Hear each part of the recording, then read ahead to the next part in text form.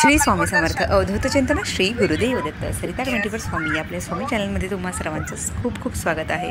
तर 2025ची सुरुवात झाली आणि वेध लागले अक्कलकोटचे. तर अक्कलकोटचा प्रवास आणि अक्कलकोटची माती या सर्वांशी आपलं सुंदर नातं आहे.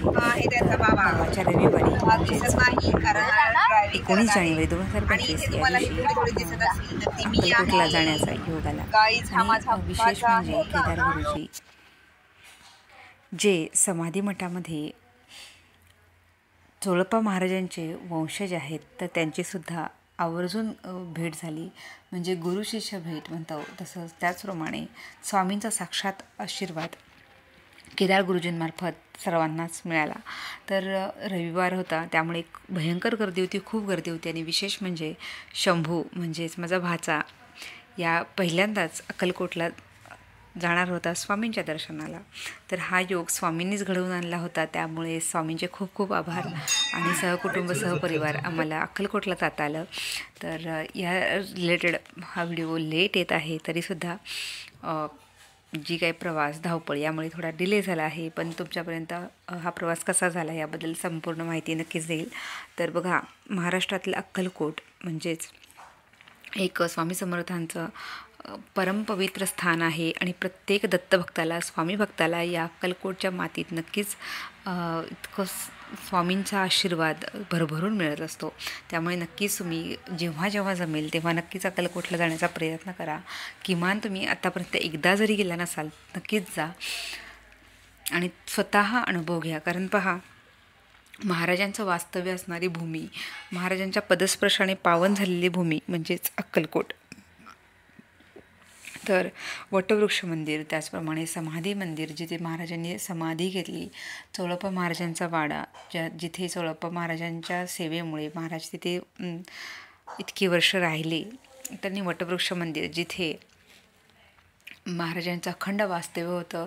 आपल्यासारख्या भाविक भक्तांचं उद्धार करण्यासाठी साक्षात दत्तप्रभूंनी हा अवतार घेतला होता. आणि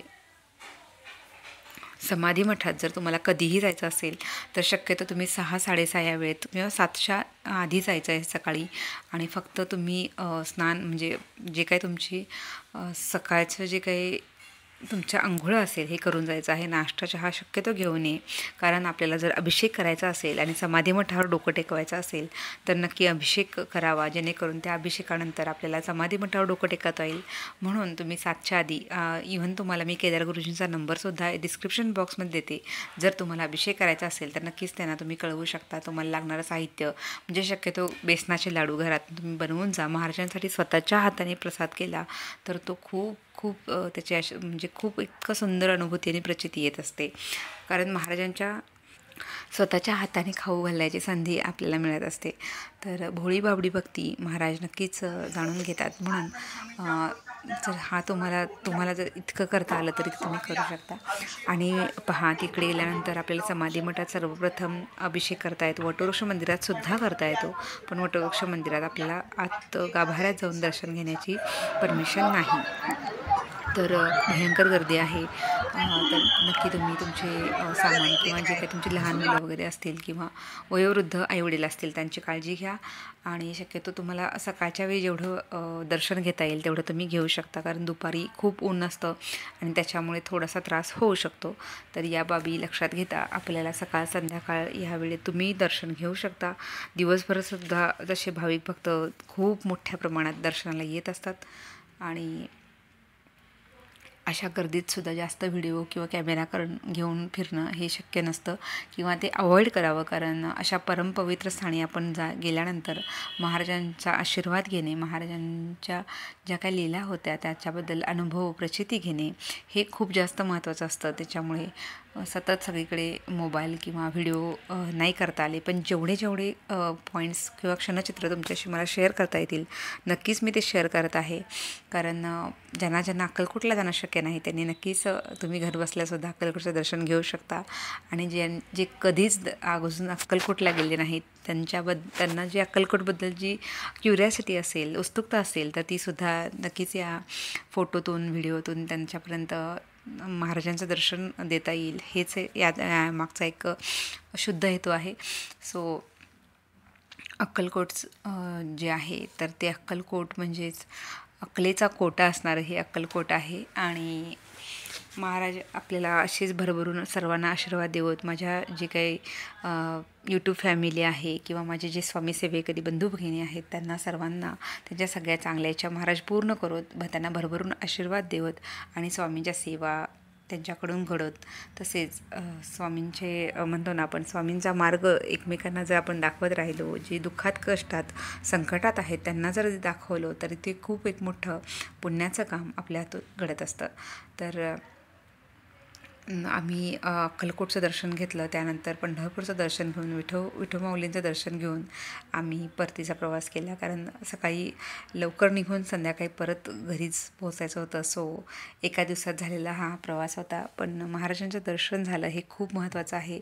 आणि महाराजांनी खूप जास्त परीक्षा न घेता आम्हाला खूप सुंदर अशी आमची काळजी घेतली, आम्हाला अनुभव दिले, प्रचिती दिली. तर हा सगळा प्रवास खूप सुंदर झाला. आणि हा छोटासा व्हिडिओ तुम्हाला आवडला तर नक्कीच लाईक, शेअर, सबस्क्राईब करायला विसरू नका, जेणेकरून नवीन नवीन व्हिडिओचे नोटिफिकेशन नक्कीच तुमच्यापर्यंत पोहोचत राहतील. तर पहा, तुम्हाला जर शक्य असेल तर गुरु मंदिरातसुद्धा जा, जेणेकरून तिथेसुद्धा बाळाप्पा महाराजांचं वास्तव्य आणि तिथे बाळाप्पा महाराजांच्या वाडा किंवा त्यांचे वंशज तिकडे आहेत, तर तिथेसुद्धा तुम्ही नक्कीच जायचा प्रयत्न करा. खंडोबा मंदिर आहे, त्यानंतर महाराज जिथे राजराय मठ आहे तिथे महाराजांनी वापरलेल्या काही वस्तू आहेत त्यासुद्धा तुम्ही तिथे पाहू शकता. किंवा जो मणी जो आहे तर तो मणीचं दर्शन वर्षातून एकदा महाराजांच्या पुण्यतिथी दिवशी अक्कलकोटमध्ये घडतं. तर असे खूप छोटे मोठे उत्सवसुद्धा घडत असतात. जर तुम्हाला गुरुवारची पालखी अटेंड करता आली तर ती पालखी अटेंड करा. वटवृक्ष मंदिरात खूप सुंदर आरती 7च्या दरम्यान जर तुम्ही गेला तर अगदी 10 वाजेपर्यंत सुंदर आरती आणि दर्शन तिथे होऊ शकतं. तर हा सर्व सुंदर प्रवास खूप छान वाटला. आणि तर हा व्हिडिओ कसा वाटला नक्कीच मला कमेंट्स करून सांगा. आणि तुम्ही कधी गेला होता अक्कलकोटला किंवा तुमचा प्लॅन कधी आहे नक्कीच मला कमेंट्स करून सांगू शकता. तर तुम्हालासुद्धा लवकरात लवकर महाराज अक्कलकोटला बोलवत हीच महाराजांच्यांनी प्रार्थना. श्री स्वामी समर्थ.